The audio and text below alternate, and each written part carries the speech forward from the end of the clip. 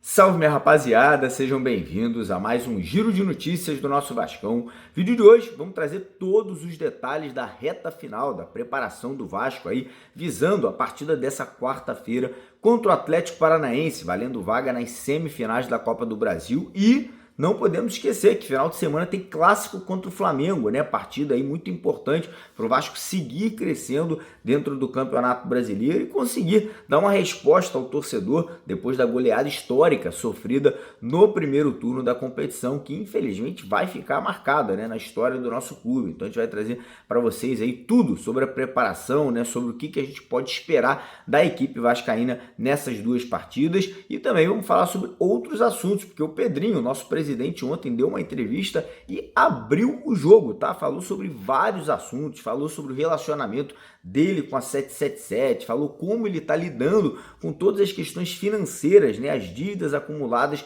pela empresa americana, e também falou sobre contratações, falou ali sobre a busca do Vasco por um zagueiro que ainda continua. Então peço para você não deixar de acompanhar o vídeo até o final, para você não perder absolutamente nada que a gente vai trazer para vocês aqui no vídeo de hoje. Peço também a sua colaboração, deixando aquele joinha, deixando aquele like no nosso vídeo, que é super importante. Vascaíno ajuda Vascaíno, e você que ainda não é inscrito, você que ainda não faz parte aqui da nossa família, fica o convite para você se inscrever aqui no nosso canal. Lá embaixo tem um botão vermelho escrito inscreva-se. Clica nele, vem fazer parte da nossa família aqui que não para de crescer. Todo dia tem vídeo, todo dia tem live para vocês, então corre lá embaixo, clica no botãozão e venha se juntar aqui ao maior canal de notícias do Vasco na internet brasileira. Combinado? E antes de começar o vídeo, deixar aquele recado aqui da Betwinner, né? Aproveitando que quarta-feira tem jogo, tem vaga aí valendo, né, nas semifinais da Copa do Brasil, e você que quiser fazer a sua aposta aí, ou na vitória ou na classificação do Vasco,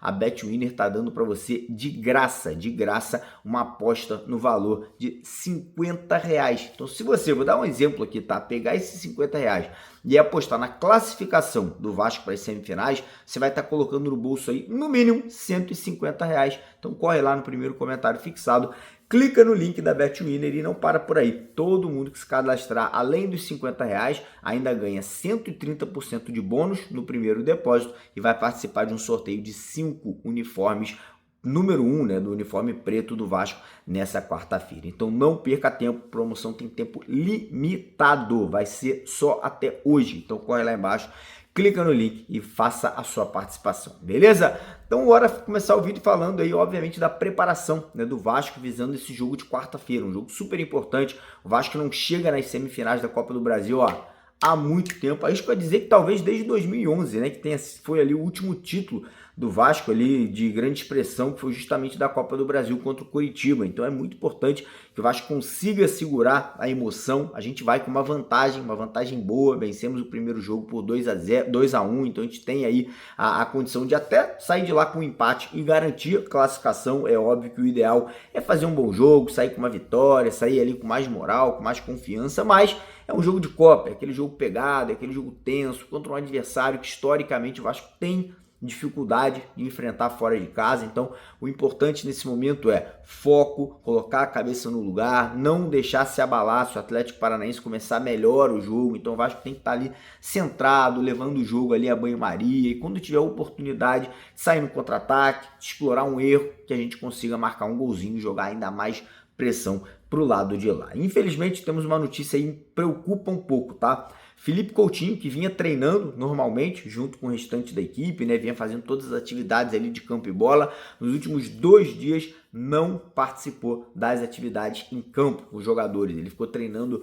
na academia. A gente não sabe ainda se foi algum desconforto muscular, a gente não sabe se a lesão que ele teve voltou. O fato é, ele não participou das atividades. Pode ser alguma coisa só simplesmente ali de preparação? Pode ser. A gente não sabe ainda, não tivemos nenhum tipo de notícia vinda de dentro do Vasco, porém, em conversas que tivemos com alguns jogadores que, obviamente, estão ali no dia a dia, eles nos passaram que, infelizmente, o Coutinho não participou das atividades. Então agora é esperar. Hoje a gente vai saber se ele estiver em campo, deve ir para o jogo. Caso contrário, a tendência é que mais uma vez Felipe Coutinho aí desfalque a equipe vascaína. Outra situação aí que também preocupa um pouquinho é a do Jean David, que é jogador recém-contratado pelo Vasco. Ele está servindo a seleção chilena nas eliminatórias da Copa e a gente não sabe ainda se ele chegará a tempo para poder ser mais um ali reforço para essa partida de quarta-feira. O Rafael Paiva tem algumas alterações que ele vai ter que fazer no time, né? O João Vitor, zagueiro, está fora, suspenso, não poderá jogar, porém o restante do time deve ser basicamente aquele que a gente já imagina, com Léo Jardim no gol,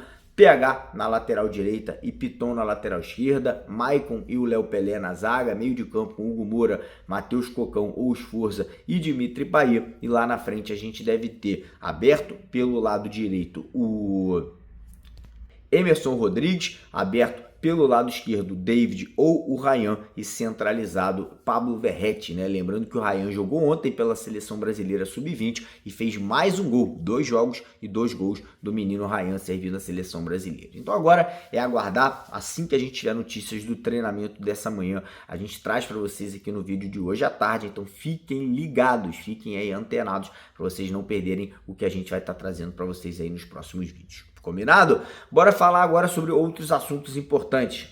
Porque o nosso presidente Pedrinho ontem, né, concedeu uma entrevista e nessa entrevista ele acabou abrindo o jogo, falou sobre vários assuntos ali delicados, né? E o primeiro deles foi o relacionamento dele com o Josh Wander, né, com a 777, o que envolveu toda essa questão ali da retirada da empresa americana do comando da Vasco SAF. E o Pedrinho foi super sincero, ele falou, ó, tive algumas reuniões com a 777, tive algumas reuniões especificamente com o Josh Wander, né, que era lá o manda-chuva da empresa americana, e o Pedrinho falou, cara, eu pedi garantias, eu queria ver realmente se a empresa tinha cacife, tinha dinheiro para poder fazer os aportes no Vasco, e nunca foi me passado as garantias, né, eles nunca conseguiram trazer para o Vasco o que foi prometido, o que foi realmente ali passado para o torcedor vascaíno. E em certo momento o Pedrinho teve que agir, né, teve que entrar ali com aquela ação que acabou retirando a 777 do comando do Vasco SAF, né, do comando ali do futebol vascaíno. E Pedrinho foi categórico também quando falou das dívidas, né, deixadas pela empresa americana. Ele disse que o Vasco tinha ali já alguns acordos firmados, né, para pagamentos dessas dívidas,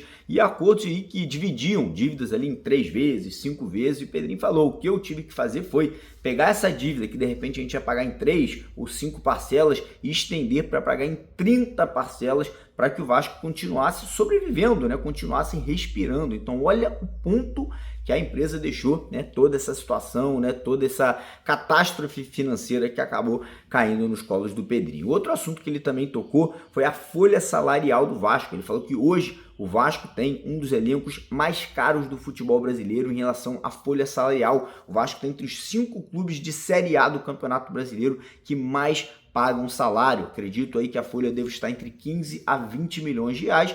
E dentro de campo, obviamente, isso não condiz com o futebol que o Vasco apresenta, está longe de ser realmente um elenco que deveria ter uma folha salarial tão cara como o Vasco tem hoje em dia. E aí o Pedrinho seguiu falando sobre outros assuntos, falou ali, por exemplo, do relacionamento dele com o Dimitri Payet, falou que quando ele chegou ao Vasco, o Payet era um cara muito triste e agora já está sorrindo de volta, falou também do Felipe Coutinho, que é um craque, tecnicamente um jogador muito acima da média, mas que ainda precisa evoluir na parte física, isso aí todo mundo sabe, o Pedrinho somente aí esclarecendo que realmente ele vê o que está acontecendo dentro de campo e obviamente está passando isso para o torcedor. E quando o Pedrinho foi perguntado sobre contratações, principalmente sobre a situação de um zagueiro, Pedrinho falou que ele foi em busca, que ele tentou contratar jogadores de um alto nível, inclusive até ele abriu o jogo sobre o Mina, né, zagueiro aí que foi especulado no Vasco. Ele falou que nunca houve uma conversa, nunca houve uma proposta do Vasco pelo jogador, o que me é até um pouco estranho, né, porque o Edmundo, que é um cara muito próximo do Pedrinho, falou, né, em um certo vídeo que ele fez, que o Vasco teria feito contato, que o Vasco teria feito proposta, mas que o Pedrinho desmentiu aí essa situação em relação ao Edmundo. E ele falou que alguns jogadores, né, alguns zagueiros que o Vasco chegou a abrir negociação, estavam pedindo salários do nível do Felipe Coutinho, que é mais ou menos ali 2 milhões de reais por mês e hoje o Vasco não tem condições, né? O Vasco não tem a menor chance de abrir uma folha salarial para aumentar ainda mais valores dessa magnitude. Então, pelo que eu percebi dessa entrevista, né, pelo que eu percebi do que o Pedrinho falou ontem, a tendência é que o Vasco realmente olhe para a base, né, que o Vasco vá buscar soluções para essa reta final de Campeonato Brasileiro nos meninos Lincoln e no menino Luiz Gustavo, né, dois garotos aí que já treinam como profissional desde o começo do ano e os dois, todas as vezes que tiveram que entrar em campo, deram conta do recado. Então, a tendência é que nesse momento, a não ser que apareça uma grande oportunidade de um zagueiro que queira jogar no Vasco e aceite receber um salário condizente com o que o Vasco tem condições de pagar, o Vasco não vai ir ao mercado fazer nenhuma loucura. Então, essa é a situação de momento.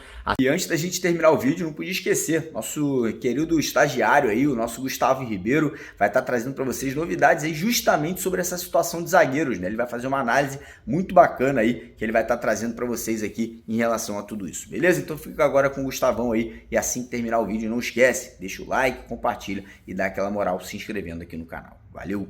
Fala rapaziada, pra quem não me conhece, meu nome é Gustavo Ribeiro e hoje eu vim aqui a falar a respeito do setor defensivo. Todos nós sabemos que já fechou a janela para transferências entre clubes e o Vasco não trouxe talvez uma das posições mais carentes do elenco vascaíno, que é a zaga. E a partir de agora, isso limitou as negociações. O Vasco pode trazer até o dia 9, no caso hoje, jogadores que estivessem sem contratos. Mas já circula uma notícia no GE, no dia de ontem, no domingo, que o Vasco já estuda a possibilidade de não trazer nenhum reforço e ir até o longo da temporada com esse setor defensivo que temos hoje, dando um pouco mais de oportunidade para Luiz Gustavo e Lincoln. Eu vou trazer um pouco da minha opinião a respeito disso. O Vasco estudou muitos nomes, foi vinculado muitos zagueiros para o elenco vascaíno e talvez o maior erro tenha sido a insistência do Maurício Lemos.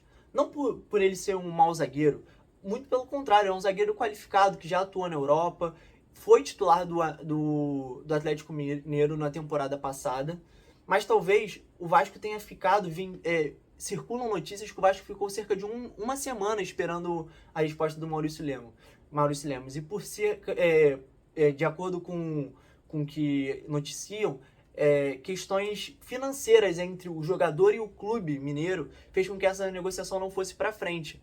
E o Vasco não tem nada a ver com isso, mas o maior erro é o Vasco não ter ventilado, ter conversado com outros nomes enquanto o Vasco ia investir atrás do Maurício Lemos. Isso fez com que o Vasco chegasse no dia de hoje sem ter um nome, chegou no último dia de janela de transferências, ter negociações avançadas com o zagueiro argentino do News Old Boys, mas acabou que não fechou, até porque não era um zagueiro no perfil que o Vasco estava esperando. O Vasco queria um zagueiro que fosse mais experiente, que vestisse a camisa e fosse um zagueiro titular absoluto para formar essa zaga junto com o João Vitor, e esse nome não veio. Acredito que não era o que a diretoria esperava, não era o que nós torcedores esperávamos, mas a partir de agora a gente tem que abraçar o que a gente tem hoje. Claro que a torcida pega no pé do Léo, pega no pé do Maicon, mas é o que a gente vai ter até o final. E se hoje são esses jogadores que vestem a camisa do Vasco, eu acho que é eles que a gente tem que apoiar. E por outro lado, teremos a oportunidade de ver esses jovens jogadores, o Luiz Gustavo e o Lincoln, que são zagueiros de muito potencial, que a gente já ouve falar desde a base. O Luiz Gustavo ainda não teve a oportunidade de jogar nesse Campeonato Brasileiro. O Lincoln entrou e já fez gol. Então eu acho que, por mais que a gente gostasse, queria, e todos ali dentro do Vasco queriam um setor defensivo reforçado, isso não vai acontecer. A gente tem que, de fato, apoiar esses jovens que vão ter mais oportunidades e esses zagueiros que vão terminar o restante da temporada. Eu queria saber a opinião de vocês sobre essa administração do Vasco na janela de transferência. Você acha que esse setor defensivo consegue dar conta até o final da temporada? E aí, deixa aqui nos comentários. Valeu, até a próxima!